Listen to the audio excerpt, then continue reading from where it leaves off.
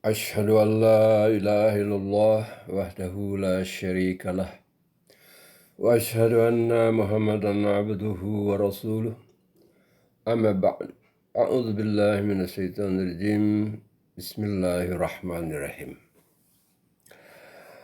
Dalam pembahasan topik-topik sebelumnya antara lain telah diterangkan tentang dua syarat sampainya seseorang kepada tujuan perjalanannya, yaitu pertama, dia harus mengetahui arah yang benar. Dan yang kedua, dia harus melangkah sesuai dengan arah yang benar tersebut. Artinya bahwa mengetahui arah yang benar artinya memiliki pemahaman yang benar tentang segala sesuatu tujuan perjalanan.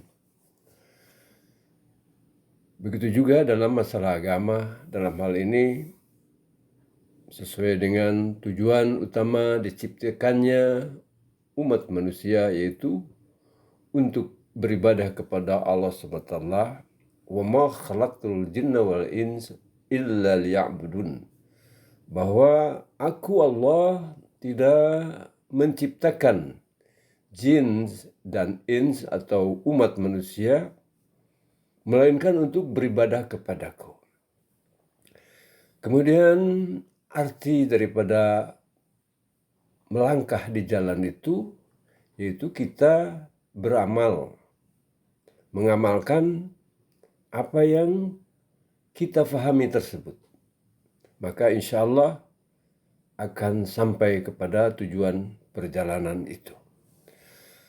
Hal lainnya yang perlu dijelaskan adalah bahwa walaupun benar di dalam masalah agama, khususnya dalam agama Islam, dalam surah Al-Fatihah, bahwa jalan yang benar tadi adalah jalan yang lurus atau siratal mustaqim, telah dijelaskan pula bahwa arti siratal mustaqim selain jalan yang lurus, karena mustaqim itu dari kata istiqomah juga artinya keteguhan, artinya bahwa untuk menempuh jalan yang lurus tersebut diperlukan istiqomah, keteguhan.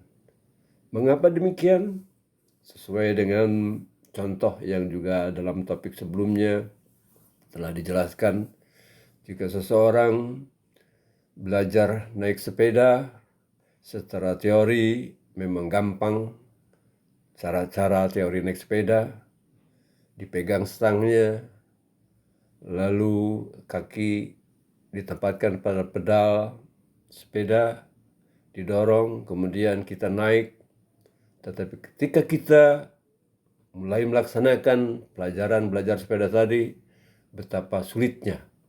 Karena selain memerlukan keseimbangan tubuh, juga kita harus menghadapi jalan yang bermacam-macam, tidak selalu rata, tidak selalu mulus, bahkan berbatu-batu, naik dan turun, berliku-liku, ada jurang kiri kanan dan segala sesuatu.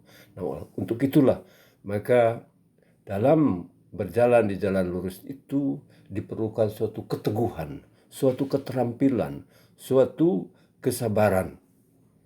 Nah, atas dasar itulah maka Allah SWT telah berfirman bahwa mengapa di dalam surah Al-Fatihah itu setelah dijelaskan 4 sifat utama wujud Tuhan pencipta yang namanya Allah, lalu dijelaskan 4 sifat utama tasbihiyah yang harus ditiru oleh manusia dalam kehidupan ini. Yaitu Allah Ta'ala berfirman, A'udzubillahi minasyaitonirrajim, Bismillahirrahmanirrahim. Alhamdulillahi Rabbil Alamin. Kemudian selanjutnya Allah berfirman, segala puji bagi Allah, Rabb, jadi Tuhan yang menciptakan segala sesuatu, kemudian menatanya sedemikian rupa sehingga menjadi kesempurnaan.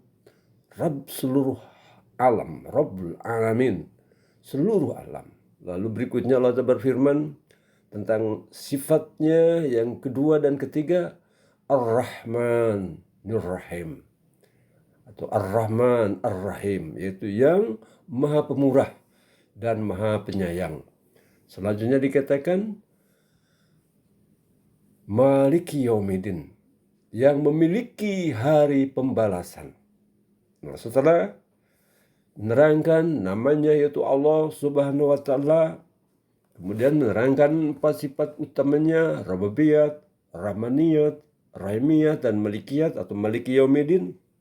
Kemudian Allah Ta'ala mengajarkan doa, Iyyaka na'budu wa iyyaka nasta'in, bahwa hanya Engkaulah ya Allah yang memiliki sifat-sifat sempurna yang kami sembah, yang menjadi tujuan penyembahan kami. Dan hanya kepada Engkaulah kami mohon pertolongan. Tapi karena tujuan perjumpaan dengan Engkau itu memerlukan suatu istiqomah, oleh karena itu selain kami mengharapkan petunjuk Engkau, juga kami pun mohon senantiasa pertolongan Engkau menyertai kami. Sebab jika tidak demikian, dalam perjalanan menuju Engkau tidak akan luput dari berbagai ujian-ujian keimanan yang memerlukan ketabahan dan keterampilan dalam melangkah di jalan menuju kepada Engkau. Jadi itulah, iyyaka na'budu wa iyyaka nasta'in, bahwa beribadah hanya kepada Engkaulah, hanya Engkaulah yang kami menyembah, kepada Engkaulah kami menyembah, dan kepada Engkaulah kami memohon pertolongan, tidak kepada yang lain. Mengapa melakukan perjalanan menuju Allah SWT, menuju perjumpaan Allah Ta'ala itu memerlukan pertolongan Allah Ta'ala? Dalam ayat lain, dalam surah Al-Baqarah, ayat Allah SWT berfirman, A'udzubillahi minasyaitonirrajim, Ya ayyuhalladzina amanu ista'inu bis-sabri was-salah, innallaha ma'as sabirin. Di sini Allah telah berfirman, hai orang-orang yang beriman, mohonlah pertolongan, yaitu pertolongan kepada Allah tentunya. Mohonlah pertolongan kepada Allah dengan sabar dan doa. Dan sesungguhnya Allah bersama orang-orang yang sabar. Di sini timbul pertanyaan, mengapa di sini kata sabar lebih dulu daripada doa atau salat? Sabar artinya adalah satu tekun dalam menjalankan sesuatu. Ini arti sabar. Yang kedua, memikul kemalangan dengan ketabahan tanpa berkeluh kesah. Ini hubungannya dengan istiqomah. Ketiga, berpegang teguh kepada syariat dan petunjuk akal. Empat, arti sabar adalah menjauhi perbuatan yang dilarang oleh syariat dan akal. Nah, inilah empat arti sabar menurut kamus. Antara ini dalam Al-Mufradat, bahwa sabar itu adalah tekun dalam menjalankan sesuatu. Dua, memikul kemalangan dengan ketabahan tanpa berkesah. Ketiga, berpegang teguh kepada syariat dan petunjuk akal. Empat, menjauhi perbuatan yang dilarang oleh syariat dan akal, atau menjauhi perbuatan yang bertentangan dengan hukum alam dan hukum syariat. Jadi ayat ini mengandung suatu asas yang hebat sekali untuk mencapai kesuksesan. Pertama, seorang muslim atau orang yang beriman harus tekun dalam usahanya dan sedikit pun tidak boleh berputus asa. Di samping itu, ia harus menjauhi apa-apa yang berbahaya dan harus berpegang teguh kepada segala hal yang baik. Kedua, ia hendaknya mendoa kepada Tuhan untuk keberhasilan, sebab hanya Tuhanlah, yaitu Allah SWT, sumber segala kebaikan. Jadi, kata sabar.